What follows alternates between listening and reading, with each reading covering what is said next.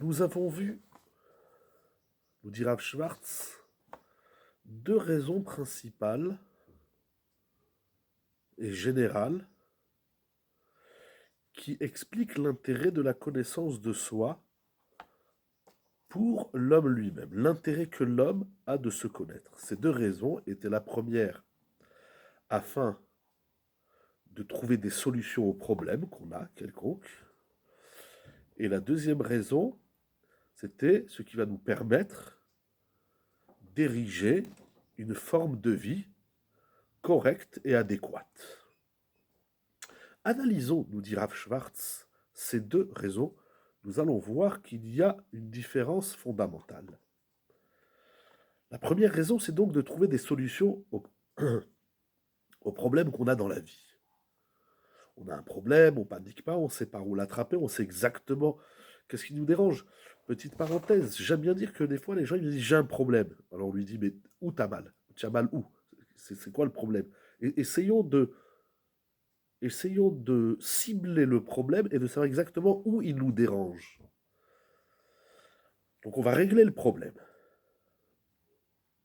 Même si cette raison est vraie et nécessaire, de manière générale, cette raison ne suscite l'intérêt de l'homme seulement après que le problème est déjà là. J'ai un problème, ouh là là, comment je vais faire? Je vais apprendre à me connaître, et afin que je sache exactement comment aborder le problème et comment le solutionner.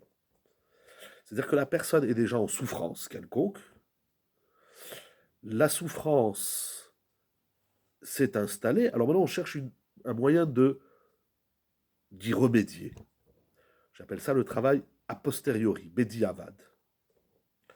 En plus de cela, cette raison-là, de manière générale, ne conduit pas l'homme, n'invite pas l'homme à étudier et à se connaître de façon plus générale et englobante toute sa personne et sa personnalité, de façon approfondie et à la base, fondamentale. À plus forte raison qu'elle ne conduit pas l'homme à bâtir une forme de vie correcte et adéquate. Parce que dans ce cas-là, le but de la connaissance de soi n'est autre que de trouver des solutions qui correspondent à des problèmes qui ont déjà germé, qui sont déjà présents. Et bien, donc, ça veut dire qu'on a fait de la connaissance de soi le moyen de régler des problèmes. Et donc, lorsque le problème est solutionné, alors la nécessité d'apprendre, de se connaître, va rester silencieuse. Hein, vous comprenez? Ça veut dire, si le seul intérêt que j'ai, c'est de régler mes problèmes, donc c'est parce que j'ai des problèmes que ça suscite chez moi l'intérêt de me connaître,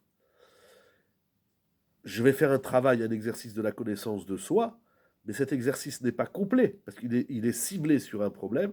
Et enfin, lorsque le problème est solutionné, le besoin de se connaître reste en silence. Je n'ai pas une conscience de l'importance de la connaissance de soi, si ce n'est que de gérer un problème précis.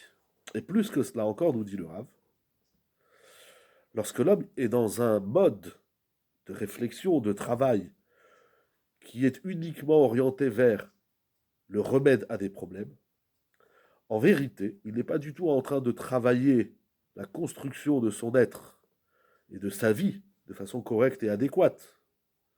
Ça veut dire, je ne suis pas en train de me bâtir, je suis en train de régler un problème.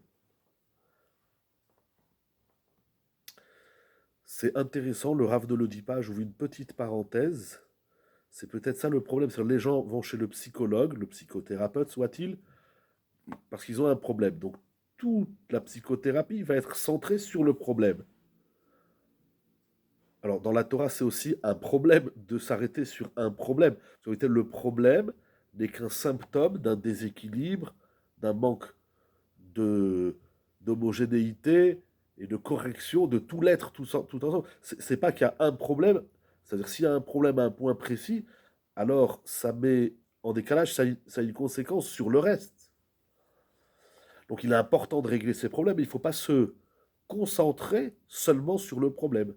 C'est pas ça. Le problème doit être un motif et une motivation pour réviser l'état de ma personne tout entière, de mon nefesh. Parce que, nous dit le Rav, comme nous avons dit, nombre des problèmes que nous avons découlent justement du fait que l'homme ne vit pas une vie correcte. Alors, puisque la vie n'est pas correcte, on n'a pas bâti une vie correcte, donc on a des problèmes. Alors maintenant, si je me concentre sur le problème, je ne vais pas régler le problème initial qui est ce manque de structure et d'agencement de ma vie. D'autant plus, et de surcroît, que j'ai pas structuré mon nefesh singulier. Donc, ça cause des problèmes. Donc, si je règle le problème, je n'ai pas réglé à la base le problème de tous les problèmes, la racine de toutes les racines, c'est la connaissance de soi et l'équilibre du soi. Donc, si je règle le problème, je n'ai pas réglé l'ensemble de ma personne et des conséquences que le problème aurait pu générer dans d'autres domaines de mon être. Il se trouve que l'homme qui attend cette situation-là d'avoir des problèmes pour régler ses problèmes, pour apprendre à se connaître, en vérité, l'homme se retrouve, c'est-à-dire il reste, il entretient la situation où tant qu'il n'y a pas de problème, eh bien, il n'apprend pas à se connaître et il ne gère pas l'entièreté de sa personne. De ce fait, il n'est qu'en train, en vérité, de laisser la possibilité à d'autres problèmes d'arriver. Donc si tu règles un problème et tu laisses la possibilité, la porte ouverte aux autres problèmes, on perd du temps. Donc en vérité, cet intérêt-là de régler ces problèmes à travers la connaissance de soi, c'est prendre le problème par la queue sans le prendre par la tête, sans le corriger à la base. Et un problème peut en cacher un autre. C'est dramatique. Quand on a réglé un problème, c'est pas pour attendre le suivant. On passe pas notre temps et notre vie à régler des problèmes. C'est pas ça la vie. Donc l'intérêt de l'exercice de la connaissance de soi qui est ciblé sur l'intérêt de régler ces problèmes, en vérité, a toutes ces lacunes. Donc il faudra passer impérativement à la deuxième raison de l'intérêt de la connaissance de soi, qui est apprendre à bâtir une vie équilibrée. Nous verrons par la suite avec l'aide d'Hachem.